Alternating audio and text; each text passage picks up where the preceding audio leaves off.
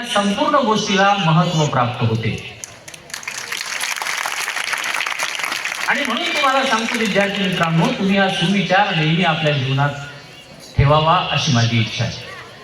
मी तुम्हाला सुविचारासाठी इंग्लिशमध्ये सुविचार आहे, परंतु तरी देखील पुन्हा रिपीट करतो की if you born for it is not your mistake, but if you die for it is your mistake. तुम्ही गरीब म्हणून जन्माला आले ही तुमची चूक नाही आहे, तुम्ही कोणत्या धर्मात जन्माला आले ही तुमची चूक नाही आहे, परंतु तुम्ही जीवन जगण्यासाठी आल्यानंतर गरीब म्हणूनच जन्मले, तुम्ही जीवनभर जर काहीच केलं नाही, तुमचा जर लेजिनेस तुमच्या समोर आला आणि तुम्ही जर तसेच मरण पावले, तर मग मात्र तुमची चूक आहे. आणि म्हणून तुम्हाला सांगतो की आपल्या जीवनाचे 4 आधारस्तंभ आज मी तुम्हाला सांगणार आहे. पहिला आधारस्तंभ आहे विकासासाठीचा संघर्ष. आणि विकासासाठीच्या संघर्षासाठी असं म्हणतात की तू अपना जमीर जिंदा रख, तो अपना कबीर जिंदा रख, तू अपना जमीर जिंदा रख, तू अपना कबीर जिंदा रख, अगर तू सुल्तान भी बन गया तो दिल में एक फकीर जिंदा रख. विद्यार्थी मित्रांनो, तुम्ही कुठेही असले, तुम्ही कुठेही गेले तरी देखील जोपर्यंत तुमच्यामध्ये स्ट्रगलिंग स्पिरिट आहे, जोपर्यंत तुमच्यामध्ये जीवन जगण्याची कला आहे, जोपर्यंत तुम्ही असं ठरवता की नाही मला विकासाकडे जायचं आहे, तोपर्यंत तुम्हाला सांगतो की समस्त देवी देवता आणि समस्त चंद्र सूर्य इंद्र हे तुम्हाला हरू शकत नाही. हे या प्रमुख शेरचं सांगणं आहे. आणि तुम्हाला माहिती असेल की आपल्या जीवनाचा दुसरा आधारस्तंभ जर कोणता असेल तर तो आहे विद्यार्थी मित्रांनो वाणी. मी पहिला आधारस्तंभ सांगितला तुम्हाला की विकासासाठीचा संघर्ष, दुसरा आपला आधारस्तंभ आहे वाणी. तुम्हाला माहिती असेल की आपल्या जगतामध्ये अनेक असे तत्वज्ञ येऊन गेले आणि त्या तत्वज्ञांनी आपल्या वाणीद्वारे समस्त जगताला प्रकाशित केलं. त्या समस्त जगताला प्रकाशित करण्यामध्ये त्यांनी अनेक सुखदुःख भोगली, तरी देखील आपल्या वाणीद्वारे त्यांनी समस्त जगताला प्रकाशित केले. अब्दुल कलाम असं म्हणतात की तू अपना जमीर जिंदा रख, हे तर झालं, परंतु अब्दुल कलाम असं म्हणतात की अपनी जमीन अपना आकाश पैदा कर. पुन्हा एकदा ऐका, तू अपना जमीन अपना आकाश पैदा कर, तू अपने हर कदम में विश्वास पैदा कर. तू अपनी जमीन अपना आकाश पैदा कर, तू अपने हर कदम में विश्वास पैदा कर. अरे मांगने से जिंदगी कब मिलती है दोस्त, तू अपना एक नया इतिहास पैदा कर, तू अपना एक नया इतिहास पैदा कर. जोपर्यंत तुम्हाला तुमच्या वाणीवर प्रभुत्व मिळवता येत नाही, तुम्हाला सांगतो की तुमचा सक्सेस पॉइंट हल्ल्याशिवाय राहणार नाही. सक्सेस पॉइंट काय आहे? तर सक्सेस पॉइंट तो आहे की ज्यामधून तुम्हाला सतत असं वाटत राहतं की मला काहीतरी कीर्तिवंत आयुष्य जगत राहण्याची इच्छा आहे, मला असं कोणतं तरी चांगलं आयुष्य जगण्याची इच्छा आहे. तिसरा आपला महत्वाचा जो पहिला सांगितला विकासासाठी संघर्ष, दुसरा काय सांगितला? दुसरा सांगितला मी तुम्हाला वाणीवर प्रभुत्व असणे फार गरजेचं आहे. तिसरं विद्यार्थी मित्रांनो तुम्हाला सांगतो विशेषता.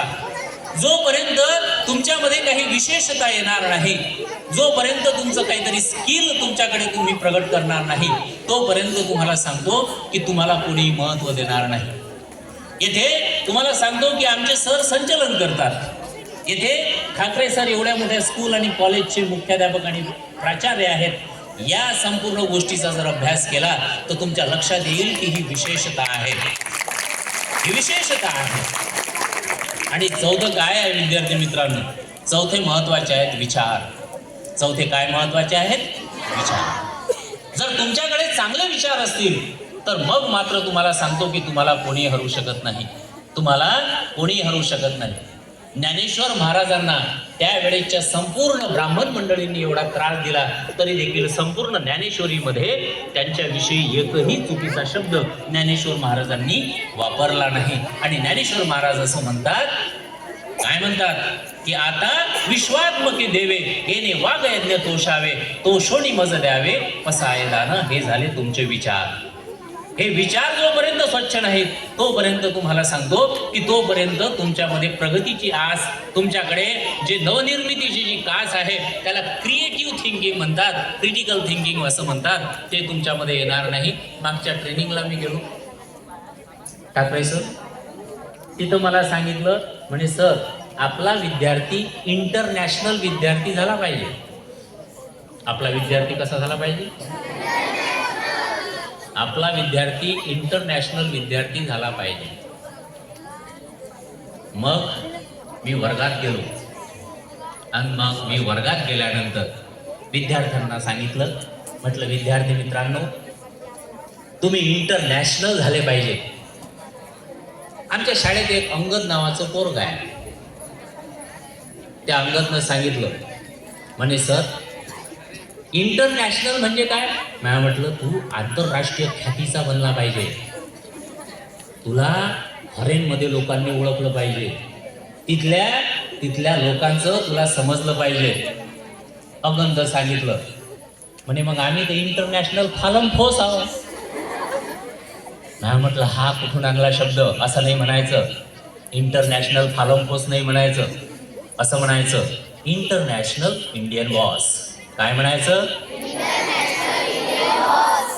म्हणे सर इंटरनॅशनल इंडियन बॉस हे कुठं म्हणायचं? म्हणे मी म्हटलं घरी जाऊन त्याला बाबासमोर म्हण, बाबासमोर म्हण, आई समोर म्हण, ऐक नाही तुमच्या कोणीही समोर म्हण. तुम्हाला माहित असेल विद्यार्थी मित्रांनो, शहराकडची आणि गावाकडची दोन्ही पद्धती लहान मुलांना सांभाळण्याच्या वेगवेगळ्या आहेत. शहराकडे जर एखादा मुलगा जर उन्हात खेळत असेल तर तिथली आई असं म्हणते, बाळा ए बाळा तिथे खेळू नकोस बाळा, तिथून तुला उन्ह लागेल, उन्ह, तू ए बरं येते सावलीत खेळ बाळा. आमच्या गावाकडे असे अत्यंत क्रिएटिव्ह शब्द ऐकायला भेटत नाही. त्यावेळेस मी त्या आईच्या तोडून ऐको, आमची गावाकडची आई असं म्हणते, व हेंबाळ तोंडाच्या.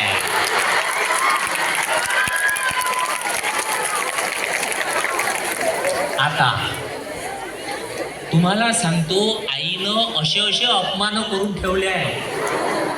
आई समोर नाही जमत काही.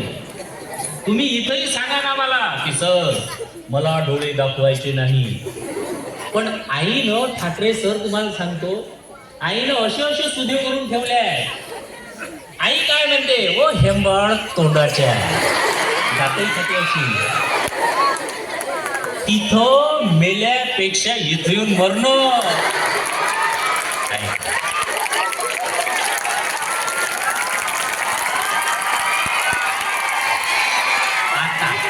नाही पुढचं आहे का? पुढे आहे ना. तुम्ही आता जे एकदम असे उत्साहित झाले तर मग पुढे कसं आहे का? आता त्या पोराले तुम्हाला सांगतो सर, त्या पोराले त्या आईचं ऐकणं भाग पडते. त्याला विश्लेषण करावेसे वाटत नाही की आईने माझा आज अपमान केला, मला आज हेंबाळ तोंड्या म्हटले. What do you mean by हेंबाळ तोंड्या? हेंबाळ तोंड्या मीन्स स्टुपिड फेसा. आहे की नाही? ज्यांना इंग्लिश समजते त्यांना समजलं बा, हे स्टुपिड फेसा म्हणतात मॅडम त्याला. आहे की नाही? अलग अलग फेसा आहेत हे. वानेर तोंड्या आहे की नाही? हे तर पदवी सगळ्यात खालची जमून धरा. हे पदवी अशी आहे किती काही भयानक पोट्ट अशी. आता आमचं ते अंगद फार भयानक पोट्ट आहे. मी त्याला फक्त एकच म्हणतो, वान्य तोंड्या. सगळ्या याच्या समोर अपमान झाला का तो वर्गात एकदम रॉकेट सायन्स सुरू करते आणि त्याला एक भेव दाखवा लागते. हे पाय रॉकेट ठेवी वरते सोडून दे. मग ते विचारते मग काय होईल? मी सांगत असतो मग जाशील वरते रॉकेट फुटील, मग काय होईल? नाही म्हटलं तिथं लोकच नाहीये. मग तू पृथ्वीभोवती गोल फिरशील आणि तिथून आवाज देशील, बबड्याचा आहे. पहिले तर मला तो बोरगा भोबळे सरच म्हणे. मी लय दिवस विचारात पडलो, म्हटलं याला समजावं कसं गोर्धनचं. आपण भोबळे सर ब्रिटिश काउन्सिलचे रिसोर्स पर्सन, हे पोरग सगळी समोर भोबळे सर. तर ते याला समजावं कसं, काय करावं? आता सरनेमाची वेगवेगळी म्हणजे गंमतच असते. एका सरचं तर सरनेम होतं चिमोटे. ते म्हणत हेपा सर म्हणे एका जणाने चिमोटाने काढला नाही, पण सरनेम आहे म्हणे चिमोटे. एका ठिकाणी कार्यक्रमाला गेलो ठाकरे सर, तिथं अनाऊन्स केलं म्हणजे भोपळ्या सर आलाय. मी तर एकदम म्हणजे असा थरकाप उडाला माझ्या जीवाचा. पण सांगता येत कोणाला बोलण्याचं सांगता येते काय का मले भोपळ्या म्हटलं म्हणून. बरं गंमत कशी बोलते तुम्हाला सांगतो. आता मी जेव्हा 2013 साली ब्रिटिश काउन्सिलचा रिसर्च पर्सन झालो, लोक हे समजे ना याचं सरने बोबडे म्हणजे बोलता येत नाही. मले तुले असे करतो तर मी ब्रिटिश काउन्सिलचा रिसोर्स पर्सन केलं कोण. मी गेलो घरी म्हटलं अगं resource person of British council. Yes are you surprise. ते म्हणत काही सरप्राईज नाही. मिसेस म्हणे तुम्ही मला पाहिलंच आहे म्हणे. मग मी रस्त्यानं जात असताना एकदम असं इम्प्रेशन माझं इम्प्रेशनच कमी केलं. रस्त्यानं जात असताना चौधरी सर इम्प्रेशननं चालणे इम्प्रेशननं बोलणे. Oh my God what's the people of Achalpur असं बोलणे. एका ठिकाणी चप्पल तुटली होती. मी गेलो चप्पल शिवाले. पत्नी सोबत होती. मी म्हटलं एक्सक्यूज मी माझी हे स्लीपर तुम्ही शिवून देता का. तो जो होता आपल्या विदर्भात कसं आहे माहित आहे का. मुस्लिम लोक तरी कधी कधी मराठी बोलतात. आपण हिंदी मिक्स मराठी बोलतो. मी म्हटलं हे चप्पल शिवायची आहे. त्यानं थोड्या वेळात मा इकडे पाहिलं म्हणे मेरा डोका खाजोय खाजोय कर रहा है. मी एकदम हपचो. मैं म्हटलं तुम्हारा डोका खाजोय खाजोय कर रहा क्यों. म्हणे तुमची चप्पल समोरून तुटली नाही मागूनही तुटली नाही. शिवने की कहाँ पे है. मैं म्हटलं शिवने की कहाँ पे है. अरे देवा. मी म्हटलं हे बघा चांभार काका तुम्ही असं बोलू शकत नाही. तुम्ही असं म्हणायला पाहिजे की अहो तुमची चप्पल कुठे तुटलेली आहे मी तुम्हाला शिवून देतो का देऊ का. तो म्हणे ऐसा है सर मेरे को एक तो कल की झोप आहे. मी तिथेही हपचपत झालो. मी माझ्या मिसेसकडे पाहिलं. म्हटलं याला सांगू काय हो का मी ब्रिटिश काउन्सिलचा रिसोर्स पर्सन आहो म्हणून. पत्नी म्हणे अजिबात सांगू नका तुमची उतरून घ्या. इंग्लिश बोलता नाही येत ना. कुठेही गेलो आमच्या इथं त्या न्यू कॉलनीमध्ये आता ठाकरे सरांनी न्यू कॉलनी पाहिली आहे. तुमच्या याच्यात कुणी असेल आमच्या इथं न्यू कॉलनी आहे. आणि चौधरी सर तर सरस्वती नगरात राहतात. तिथं एक व्यक्ती आला म्हणे बोबडे सर मला तुमचा राग येते. म्हटलं बाप कहू नाही मोठी इंग्लिश बोलता म्हणे. अरे म्हटलं मला मधातून बोला लागत असते. एक्सक्यूज मी हाय ऐकले काही कोरईले तो व्हॉट्सॲपवर हाय आला का ते कसंच वाटते हाय.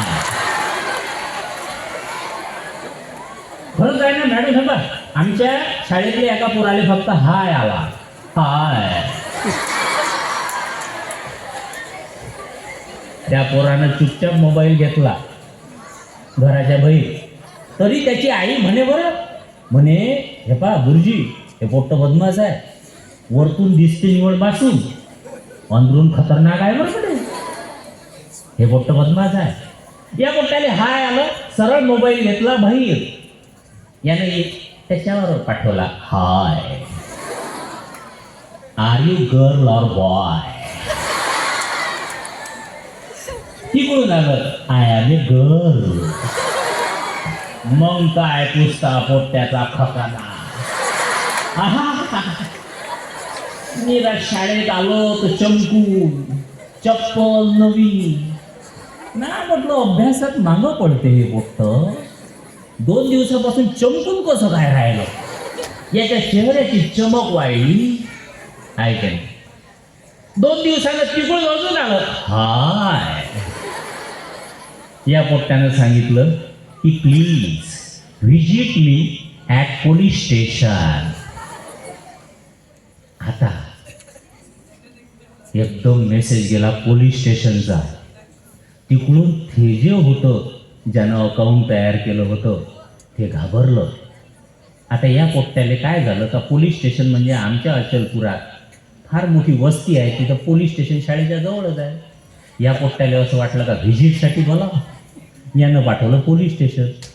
तिकडून उत्तर आलं की sorry, I am a boy but my account on the name of a girl. तिकडून उत्तर झालं की सॉरी बॉ, मी मुलगाच आहे पण माझं अकाउंट मी मुलीच्या नावानं काढलं आहे. ऐकलं तुम्हाला सांगतो, तो माणूस म्हणे मला तुमचा राग येते सर. म्हटलं काऊन? म्हणे हे पा, तुम्ही मराठी माणूस असून इंग्लिशच्या गप्पा इथं सांगत नका जाजू. निरा इंग्लिश बोलायला लावता राजू. घरची म्हणे तुम्ही निरा तुम्हाला घरी चहा प्यायला नेलं का तुम्ही इंग्लिश बोलता.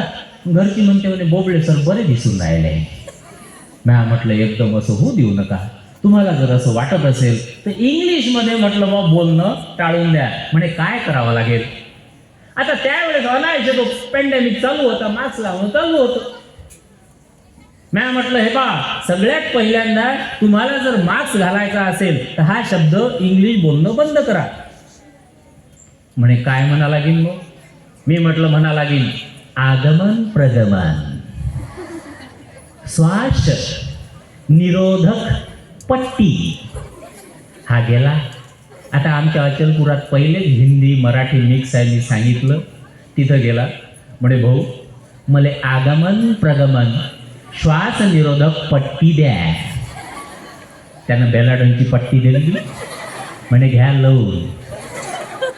अरे हा म्हणे बाबा हे नाही ना. म्हणे मग? म्हणे आगमन प्रगमन श्वास निरोधक पट्टी द्या. त्या दुकानदारानं विचारलं म्हणे तुमच्या गोळ्या बंद झाल्या काय? म्हणे गोळ्या? हो म्हणे माणूस ज्या बाबती पुराचा पुरा मॅट होते त्या बाबती मार्क्सले असं म्हणते. मला सांगा, तुम्ही जर समजा असं डिवाइड करतो म्हटलं, फक्त मराठीत बोलतो म्हटलं, तर कितीतरी वेळा तुम्हाला कितीतरी प्रॉब्लेम येतील. तुम्हाला सांगतो की मी सकाळीच मिल कॉलनी शॉपवर बसलो. तिथे ॲटोवाला उभा होता. मी तिथं गेलो. म्हटलं हे त्रिचक्रीय वाहन वाहक महोदय. तो कोणत्या तरी दुसऱ्या विचारात होता. तो गचकन माईकडेच पाहिलं त्याने. म्हणे आपल्या इकडे अजून एक पद्धत आहे. समजून धरा एखादा व्यक्ती फार इंग्लिश बोलला की excuse me mister Chaudhary sir is my friend and he is a very near by my heart असं म्हटलं का तिकडून येते आता या आचा अर्थ होतो प्रश्नार्थक चिन्ह. आपल्या विदर्भामध्ये काही आचा अर्थ होतो प्रश्नार्थक चिन्ह. आणि दुसरा एक शब्द आहे घेणं. घेणं टोले. याचा अर्थ असा होतो अनाश्रित कर्मफल कार्य कर्म करोतियम. मी बोलता बोलता अचानक संस्कृत मध्ये बोललो म्हणून म्हणजे एकदम दस्तून जाऊ नका. भगवद्गीतेतला हा श्लोक आहे, 6व्या अध्यायातला पहिला श्लोक आहे की नाही. भगवान श्रीकृष्ण असं म्हणतात, अनाश्रित कर्मबल कार्य कर्म करोतियम आहे की नाही. कर्म प्रधान विश्व करी राखा आणि जो जसं करू तसू फल शाखा. या घेणं टोलेचा अर्थ होतो तू जसे केले तसे तुझ्या भोगा आले आहे की नाही. तू जसे केले तसे तुझ्या भोगा आले. मग मराठीत याचा घेणंचा अर्थ काय होतो? घेणं टोले असा होते. तिसरा एक शब्द आहे. कोणता माहिती आहे का तुम्हाला? ऐका, लक्षपूर्वक ऐका. तिसरा एक शब्द आहे चालला काय.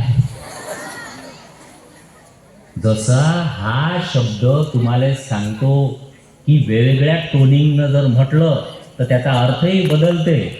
समजा ठाकरे सरांनी एखाद्याला पनिशमेंट केली. पनिशमेंट केल्यानंतर वर्गातले पोट्टे विचारतात चालला काय. याचा अर्थ तिकडे जाऊन आता चांगल्या प्रकारे पनिशमेंट आहे. दुसरा एक चालला काय वेगळा आहे. चालला काय मग याचा अर्थ होतो तू कामासाठी चालला. ऐक, आपला चौथा एक शब्द आहे मराठीतला. चौथा कोणता शब्द आहे? बसले काय. आता हा 4 अर्थानं 4 टोनिंगनं बोलता येतो. पहिला शब्द, अरे सर बसले काय, याचा अर्थ होतो विश्रांती. विश्रांतीचे 6 प्रकार आहेत. याचा अर्थ होतो विश्रांती. पण समोरचा व्यक्ती काहीच काम करत नसेल, काहीच काम नाही करून राहिला आणि निवड बसून आहे, त्याला इंग्लिशमध्ये पोटॅटो कोच म्हणतात. तुम्ही जर काय म्हणतात, जर समजा एखादा मुलगा काहीच करत नसेल, फक्त घरी बसला असेल, तर त्याला म्हणतात तो जो आहे की नाही, त्याला म्हणतात पोटॅटो कोच.